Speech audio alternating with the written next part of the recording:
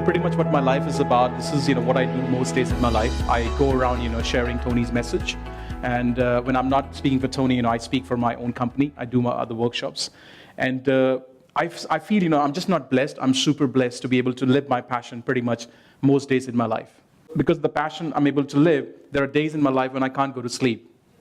And there are days in my life, when I wake up early in the morning, 4, 4:30 or 5 o'clock, and I don't need an alarm clock to wake up because maybe you're opening up a new chapter or a new city or a new country. Now, if some of you are thinking, what qualifications did I acquire to be a trainer? So I'll start from the basics. And as an academic education is concerned, I am a computer graduate. And it may not surprise you because I come from India. I grew up in Calcutta, the eastern part of India, and in 2006, bless my cousin, he's been living here for almost 50 years. He gave me a scholarship to come over and study, and that's how I went to Newcastle to do my further studies. So I got a master's, from a UK university, and I was very curious to change, human behavior to impact my life, and also to use it for others as well later on. So I did some certifications in NLP, neuro-linguistic programming, EFT, emotional freedom technique. Hypnosis. I've done some training to create games and simulations within the training room. And I was very, curious about human mind and its power, so I got into some organization like Scientology for a while, then Tej Gyan, Osho Center, Brahma Kumaris, and even Vipassana. I follow Vipassana's style of meditation. So, you can see I've gone through a lot of these processes, to come out where I'm today. And as I already said, the life is absolutely blessed to be in the space where I'm today. But life was not always like this. And I want to take you a couple of years back into my life. When I say a couple of years back, I mean 39 years back. You guys are smart. You did the maths correct. I'm 39 years old. I grew up, in the outskirts of the city called Calcutta, in the eastern part of India. How many of you here, you're familiar with Mother Teresa? Yeah, she did all her great work in the city. And in the city, we have an airport at the outskirts. It used to be at the outskirts. Pretty much it's become a part of the city now, called Dum Dum Airport. And I literally grew up, 1 mile away from this airport. When I was growing up, I remember still clearly, in my imagination, I can go back and see my life. We used to live in a one-room house. My mom and dad, they can't read and write. They're illiterate. So my father would drive a taxi in Calcutta to fetch living. And my mom was and is still a full-time housewife. So when we were growing up, I've got one elder sister, one sibling. In that one-room house, my parents figured out that the next generation life to be better, their kids need to get educated. And not just educated in a normal school, but they need to go to a private school where they can learn the international language, which I'm using right now to communicate with you all here. So they looked at their earning and saving, and they wanted to send both of us to a private school. Forget about sending, both of us. They could not send one child based on the earning they had. So they borrowed some money, took some help from the neighbors. We had some great neighbors, God bless them. And that's how, I got chosen over my sister because I was 3 years younger, so I could adapt to a new style of learning at the age of 8.5. And it's a kind of an Asian culture where the male gets the priority over the female. The Asian female in the room, they're nodding their head right that to confirm that. So I'm very grateful, that happened, because otherwise I would not be able to do what I do today. Now, my parents, had a lot of financial challenges when we were growing up. I still remember we did not have any, furniture in the room. There was no study table, no such other, things in our room. We had a rolling mattress. My mom will roll out in the night, and in the morning she'll put it on the side. And we had a small kitchen outside the room. It was a shed. And when in Calcutta it rains very heavily, when it used to rain, it used to be a struggle for her to cook. Now all these challenges I'm describing and sharing with you, they are my parents' challenges. They were not my challenges. We had food on the floor. I know the saying is on the table. We did not have a table. So we had food on the floor. And I would get 2 or 3 clothes secondhand from the neighbors, because it's free to get from them, to wear, and I had shelter. So I was sorted as a kid. But my challenges, growing up as a kid, was that I was a fat child. I was fat as a kid. So I easily became the target of being laughed and teased around by my peer group. And my biggest dilemma, my biggest why question, my biggest pain, biggest sorrow, which has made me who I am today, that I am a part of incredible India. I am a mixed child. My mom, she is dark in complexion. She is Bengali. She's Eastern Indian. My father, he's Punjabi. He's very fair in complexion. He's Northern Indian. In India, if you are a bit aware of that, if you travel from north to south, the chances are the skin color may change from more fairer to getting to more darker. So I'm a fusion of north and east.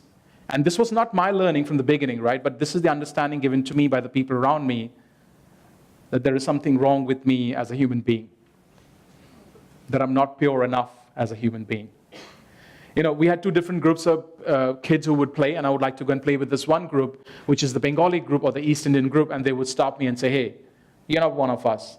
Better go and play with your brothers on the other side. And then I would go to the second group, which they may allow me because my name resonates that I'm one of them, but they'll still keep discriminating, you are darker, you are Bengali, you belong to that side, not to our side.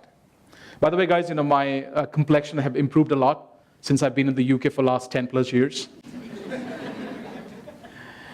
I did every shit stuff to become more fairer at the time because I wanted to be accepted by the people around me. I had all these questions, that why, God, have you made me this way? Why I can't be like normal like the other kids? When I was 16 years old, my father had a major accident, with his ambassador taxi he was driving. So he could not afford that one-room house he was renting. So he had to uproot the whole family and bring us back to a remote village where he came from originally in Punjab. In the city, there was struggle, there were challenges. In the village, the life had a different, completely contrast. The guys around me, they looked a bit different. They all had beards. They would wear a turban. They did farming, so they're a bit more stronger than me. I'm a Sikh by my father's side. And they made me feel and look like a complete stranger. So what I did, at the age of 16, my strategy, I started growing my beards. I started wearing a turban to say, hey, I'm one of you, please accept me. Now, these voices, which was given to me over a period of 16 years, that you're a thick, dull, dumb boy, good for nothing, it became so bigger that it became my voice. And at the age of 16 and a half, this is the part of my life I have never shared until I started doing this 5+ years back. The deep, dark parts of my life, I gave up on life. I said, I cannot make a difference to my life. I cannot make a difference to my parents' life. Nobody wants me here.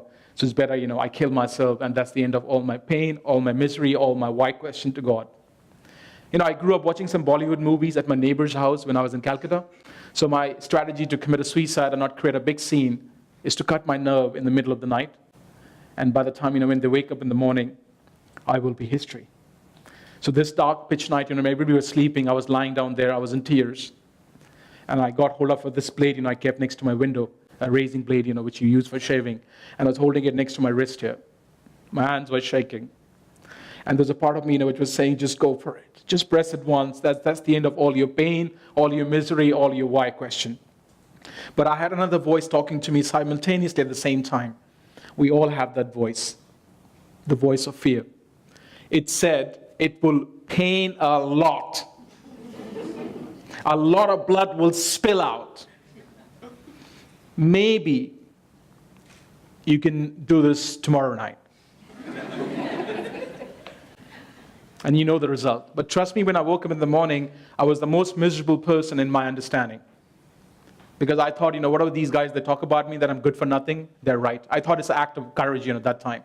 Still 3 days within, this decision of juggling to find enough strength to do this, I had a magic happen in my life.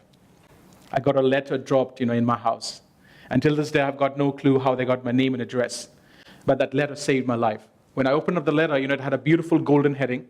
And it had some amazing lines written for me personally. I thought that way that time. But now I understand those were marketing lines. It came from a company called Amway. How many of you here are familiar with network marketing company called Amway? Yeah. It was getting launched in India in '97. I don't know how they got my details, but that letter saved my life.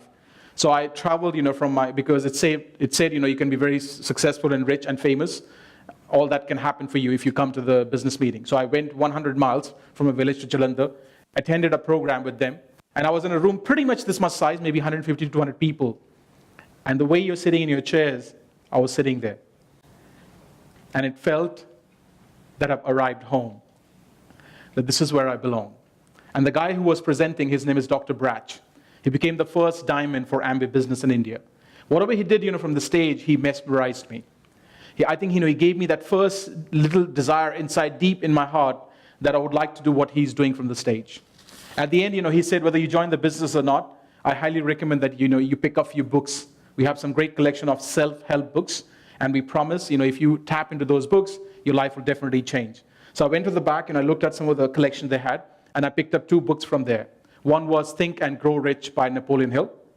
And the second book I picked up was How to Stop Worrying and Start Living by Dale Carnegie. When I tap into this book, I realized that the power for me to change my life is within me. Doesn't matter what my skin color is, doesn't matter what language I speak, doesn't matter what religion I follow, doesn't matter which country I'm born, everything I want to change in my life is within me. And since that day, I have never stopped reading books. I have never stopped showing up in a training room, never stopped learning in my life. And in 2003, I went to a program in Delhi because I was there for my graduation from my further studies, and I met somebody new, just like the way you met somebody today here. And then they recommended a book to me for Tony called Awaken the Giant Within. I did not know who Tony is in 2003. So I was curious. I picked up this book, and this book helped me because I was able to learn a lot of strategies about pain and pleasure, 6 human needs. The book cover has changed. This is the exact book I bought in 2003. And it's amazing life, how it goes around. If you look at my book, my beliefs from pencil notes in 2003 are still here. And then the reason, I would write with pencil, because all my life I grew getting secondhand books. And I think some of the seniors did not know how to use their books. There will be a lot of pen marks and scribble marks, and I would hate it. So all my life, I grew up writing with pencil. This book, helped me. Tony kind of became my hero. And in 2006, bless my cousin. He lives in Hounslow, just a few miles from here. He invited me to come to the UK. And I went to Newcastle for my further studies, and I was looking for a part-time job on Gumtree. Now, where the jobs are classified, our ads are there. Just next to it, there was a picture of Tony flashing up. Now, guys, don't get me wrong on this one. And I love Tony, He's my guru, he's my teacher. But at the same time, I'm an Indian. And, there was an ad flashing up. In that ad, it said, a free book from Tony Robbins. So I clicked to get the free book. Now, after a few days, they posted me a book called Notes from a Friend. Anybody has read this book? Okay. Wow. This is the tiniest, tiniest, littlest, if there are any words like that in English, book you can get for Tony Robbins. The rest of the books are this much thick. This is the book written by Tony. So this was a marketing strategy again. I read this book, and in a few days' time, I got a call from their office. And then the guy realized that I'm a big fan of Tony. So at the end, he said, hey, listen, Amandeep, we got a plan for you. Why don't you come over to London and attend, a live event with Tony himself? Now, I was on the other side of the phone. I said, of course, yes. It looked like dream coming true, without realizing that I got to pay a fee to go to the program. The guy was very, generous. He realized that I'm a student looking for a part-time job. He gave me a payment plan. I think I paid over 5 months. And in July 2007, I attended Unleash the Power Within at the Excel Center with 11,000 people. I've done some trainings, back home with Stephen Covey, Art of Living, Rajesh Agarwal, with 200, 300, 400 people. But I've never seen, 11,000 people come together, jumping up and down to change their life. I was completely wowed with the whole experience. I would pinch myself on the first day and make myself realize that this is true. I'm not dreaming. So on the first night, I did the firework, and I had some breakthroughs, about my fear for life. Then the second day, I learned some of the NLP strategies that were very powerful, and I'm still using them till this day. And on the third day, it went very deep. It went so deep that Tony gave me a lifetime gift on the third day. And the breakthrough was so major for me by the third day that by the end of third day, I made a decision. Just like the decision you made to be here. My decision was, that I may not have the right financial background yet. I may not have the right skill set yet. I may not have the right skin color yet. I may not have the right accent yet. I may not have the blah, blah, blah, blah, whatever it is, right? But I'll figure out a way.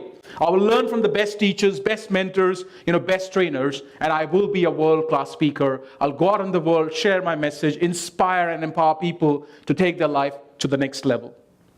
And ladies and gentlemen, almost after a decade, I'm here in London presenting Tony's Unleash the Power Within preview workshop in front of you.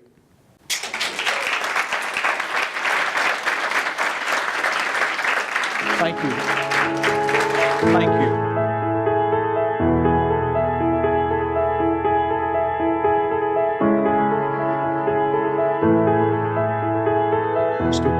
So on that note, guys, how many of you here you're interested? And I mean it. Excellent, great. Keep your hands high. Keep your hands high. Everybody who raised your hand, all I'm requesting right now, to make your way to the back of the room and get a form. Congratulations for trusting, because you all became a part of a bonus, which is 2 premium tickets for Millionaire Mind Intensive. This is not Tony's program. Tony's program is here. It's going to become super special from where, I've given you already $699, okay? For now, you're getting bonus of 2 tickets for Millionaire Mind Intensive. It's Harv's program. You can come and bring somebody along with you as a premium member. If you can't put in the whole amount right now, then it's just $199 over 4 months. So you put a deposit today, and it could be a little different deposit than what I've shown you if there's a situation you have. We'll work around it, provided you're committing and coming. And for those of you, who are sitting, I understand, you have your own reasons not to show up, but I highly recommend, you must come to live program with Tony whenever you're ready. I don't know what is stopping you. If it's just the funds, then make sure you speak to me before you leave the room. I mean it. I'll bend and break every single rule if that's the only thing stopping you. If time is not right, I cannot help it. You can go to US or Australia. He's going to be in Singapore in February. So if you would like to go and attend there, if you've got anybody, in Asia, invite them over to come and see Tony, because he's coming there after 8 years. It's a great opportunity for somebody to see him in February in Asia. All right, guys, it has been a great pleasure serving you today. God bless you. Keep learning, keep growing, and our paths will cross. Thank you very much for listening.